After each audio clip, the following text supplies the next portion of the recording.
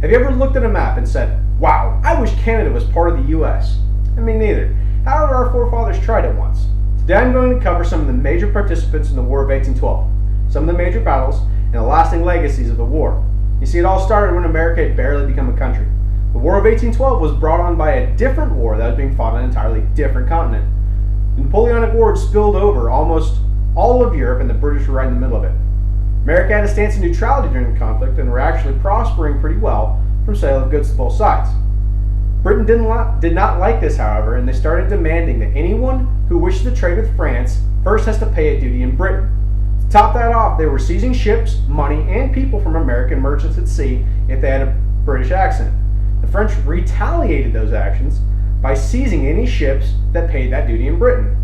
According to USMerchantMarine.com, the two countries seized around 1,500 American ships prior to the outbreak of war. All of this kind of peaked when the British ship HMS Leopard attacked the USS Chesapeake in 1807. During the battle, the HMS Leopard impressed 4 sailors into service with Britain against their will. Now that happened right off the coast of Virginia and it enraged the population. Yet President Jefferson did not declare war. That's President Jefferson right there. In 1810, a new group of senators came into power and they pushed for war. They were backed by expansionists who wanted to take Canada and the Indian lands for their own. November 7, 1811, a battle was fought with the Indian leader Tecumseh at Tippecanoe. And this is Tecumseh right there. You see, Tecumseh was the leader of the Shawnee tribe, and his goal was to build a confederacy of Indian nations to fight against the American expansionists. The battle happened while he was away, however, and the British weaponry they found amongst the belongings of the tribe reignited the call for war. Tecumseh would later become an invaluable ally to the Canadian militia and the British regulars fighting for their land. On June 1st, 1812, the United States declared war on Great Britain, and that passed in the House 79-49 and the Senate 19-13. Thomas Jefferson assumed that Canada would look to us as liberators, and all we would have to do was march into the country to win it. Now you know how we got involved in this war. Let's take a look at some of the battles that defined the War of 1812. The battles of the war really defined our infancy as a country. The first loss we had was not done with any weapons. At Fort Mackinac, during the Great Lakes, we lost the fort to the British. Communication was key in this one. The defending commander, Lieutenant Hanks, did not even know we were at war by the time the British showed up. He surrendered without firing a single shot, assuming he was heavily outnumbered.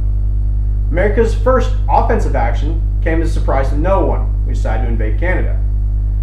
The initial plan was to have 3 separate armies invade into 3 different sections of Canada. This plan failed miserably. Fort Detroit surrendered before they even got to the border, and the other 2 were turned back right inside the border. America tried similar tactics 2 more times with similar results. Apparently, Canada actually wanted to fight for its homeland. Tecumseh and the Tribal Confederacy were instrumental in the first turning of the American force, but Tecumseh was later killed in the second rout at the Battle of Thames. After the Battle of Thames, the Confederacy of Indians dissolved, and they were effectually removed from the war for the duration of the war. The war against Britain at sea, however, fared much more success. When the War of 1812 kicked off, the U.S. had no navy to speak of. In order to augment those feeble numbers, they hired approximately 517 merchant marines and privateers. Throughout the course of war, these mercenaries would capture almost 1,300 ships and $40 million value worth of ships and cargo. The USS Constitution earned the nickname Old Ironsides at a different battle with the HMS Guerrier. Her hull was so thick that cannonballs would not pierce it. It'd be stuck in it. During the summer of 1814, the Napoleonic Wars had ended, and Great Britain gained the ability to focus on America. In August 1814, the British Army captured Washington, D.C. However, they stayed only long enough to get a good meal and burn the White House. The final attempt to attack Canada had been its closest to success. See, in 1814, our military leadership had changed. They were more hardened. They were ready to lead. They were true warriors. They led another army north in an attempt to capture Canada. Unfortunately, at this time, the British had already taken D.C. and they were turned around. Now that we've discussed a few of the main battles of the war, let's discuss a couple of lasting legacies of this war. Many people at the time felt that this was the second war for our independence. At the Battle of Baltimore, the British warships pelted Fort McHenry for 48 hours. One very important person was watching this. His name was Francis Scott Key. That is this guy right here. He saw a giant American flag sailing over Fort McHenry and began writing his thoughts down. He later reorganized those thoughts and made them into a song. The song was to be put to the tune of an old English drinking song, and the final rendition was entitled "The Star Spangled Banner." Years later, it had become the United States national anthem. The final major battle for 1812 was the Battle of New Orleans. See, on December 1st, 1814, future President Andrew Jackson, that guy right there, was given command of the defenses at New Orleans. It was well known that the British had already sent a wave of troops there to try and seize control of the Mississippi River. Andrew Jackson took his job very seriously and began recruiting anyone he could. His defenses were a mix of French, Indians, Americans, freed slaves, and pirates. Before the English came, he had bolstered his number up to 4,700 militiamen to defend against 5,300 British regular army. The plan was simple: 3 lines of defense that they could retreat to, making the enemy suffer heavy losses for every inch of ground gained. In the end, the British could not get through even the first line of defense.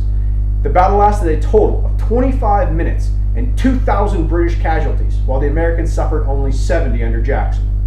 The battle was very popular as it showed our resolve.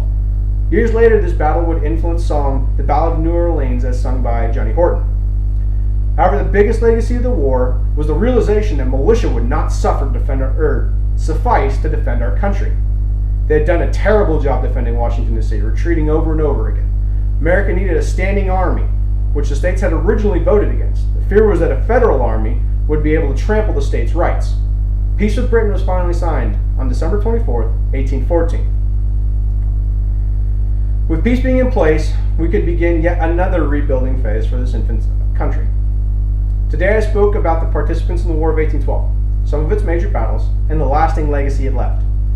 The War of 1812 is forgotten about a lot in today's society. The lasting legacies simply do not have overly familiar origins. The end of the war had fought and lost many men, but nothing really changed. It had been declared a stalemate. No boundaries were changed, no policies were changed, and the combatants really were the only sufferers.